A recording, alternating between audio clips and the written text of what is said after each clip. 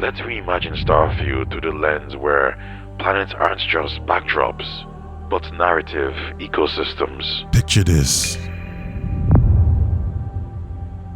You arrive in the Paradiso system where the mission First Contact begins, and you're assigned to deal with an unidentified object circulating around the leisure planet of Paradiso.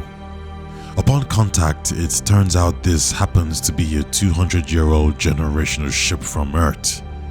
A ship where the inhabitants have a legal claim to the planet, a legal claim that was granted to them centuries ago by the old UN government of that time. A long-gone authority that has no authority within the settled systems. Paradiso, unfortunately for the colonists, rightful claim or not, is currently inhabited and owned.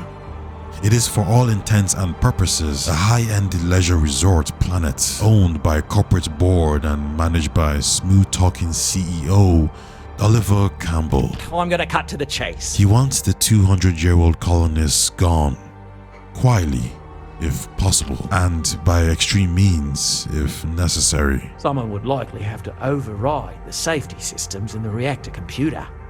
But who would do such a thing? In the vanilla game, you're given the option to relocate, eliminate, or negotiate a stay for the colonists, with some compromises of course. We can talk about the 3 different possibilities and outcomes, but in this reimagining, let's have them settled by default. This comes at the behest of the 2 now controlling shareholders, Rachel Lance and Sloan Temitokwe, who have now ousted Oliver Campbell as CEO from a power play the player engaged in an early mission. The settlement of the Earth's colonists is spinned as a humanitarian decision by both Temi and Sloan, and their efforts are applauded by the inhabitants of the settled systems, which results in them maintaining more control over the board due to their public support of the situation. A good deed with a string attached. Shortly after, Rachel and Sloan opened a new corporate initiative on the same continent as the settlers called the Eleos Retreat, a rehabilitation center for ex-convicts looking for a second chance. This mission in the vanilla game is called Dead Stop, and you would normally find it on the planet Ixo 2. But again, in this reimagined story, it's linked directly to Paradiso. As a result, Paradiso, which was once a paradise for the elite, now becomes a home to multiple different factions. And while Sloan and Rachel's attempts are genuine and not malicious, this angers the other shareholders and causes issues with the tourist. And from that point on, the story writes itself. Campbell, the previous CEO, wants power back, and the board, although loyal to Sloan and Rachel, want them gone for messing with the bag.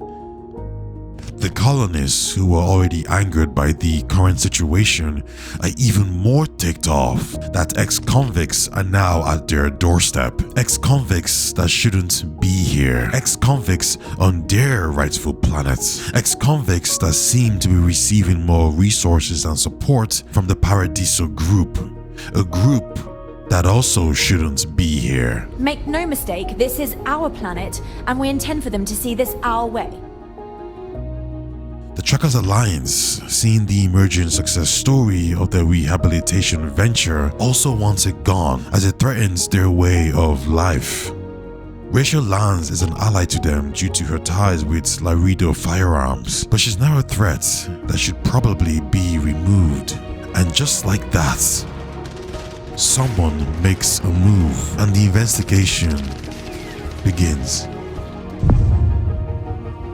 And meanwhile, on the other side of the continent, thanks to Oliver Campbell's last spiteful hurrah, he perfectly tells you and the new controlling members who the original owners of the planet are. A small private group that refuses to go beyond their patch of land for whatever reason. A group that not only threatens the legal claim of everyone involved, but from a militaristic point of view as well. This group or side mission has been pulled from the planet Charidus 3, and the mission is referred to as Starseed in the original game, and has been pulled from that planet to merge with Paradiso.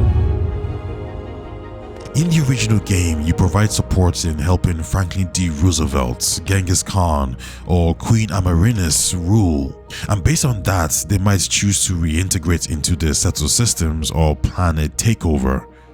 But in this reimagined story, it's the planet of Paradiso they want, and they have the military tech to do so.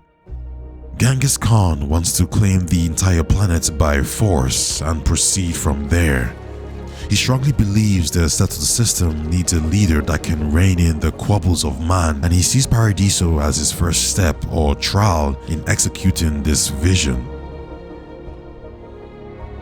Franklin D. Roosevelt believes in the political unification of all social groups. He's not looking for a fight, but the idea of a planet being run by a corporation irks him. He wants shared control without the board and everyone to have a say. He's willing to compromise to keep everyone happy in hopes of a better future, but no one is really looking to compromise when they feel they have a claim and the upper hand. That's where you come in. Queen Amarinis' goals are quite similar to Genghis, but she finds him too aggressive and Franklin too naive. The difference is, while Genghis will tolerate different views and cultures as long as they adhere to his rule and authority, Amarinis wants to persuade the people of the settled systems to her viewpoint and culture, eventually eliminating the ones who refuse to subside. Again, the stories write themselves with each decision you make. Do you support Campbell's push for power? Do you expose the board members who were willing to help and plot a coup? Are the board members even in their rights? Was Sloan and Ratia's plan to keep everyone happy too naive? Should the colonists quell their planned takeover of the planet via violent means? Should a rehabilitation center still exist even though it's an objective good for the settled systems?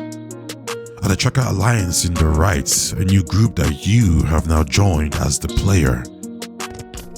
Is Genghis, Amarinis, or Franklin the right one to lead this planet?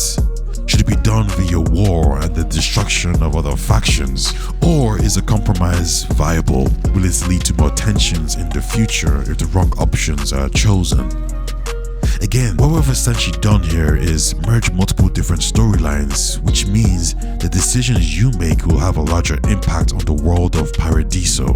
What it also means is exploring Paradiso becomes a common element in your playthrough, as there's multiple different story beats that brings you back. And within the planet, you can add more side missions from other random planets from the vanilla game, enriching the planet of Paradiso. And as a result, Paradiso starts to feel more like Skyrim or The Witcher 3, a game where the stories are based within one continent, which means exploration becomes a lot more viable. And we can do the same thing to the volley system.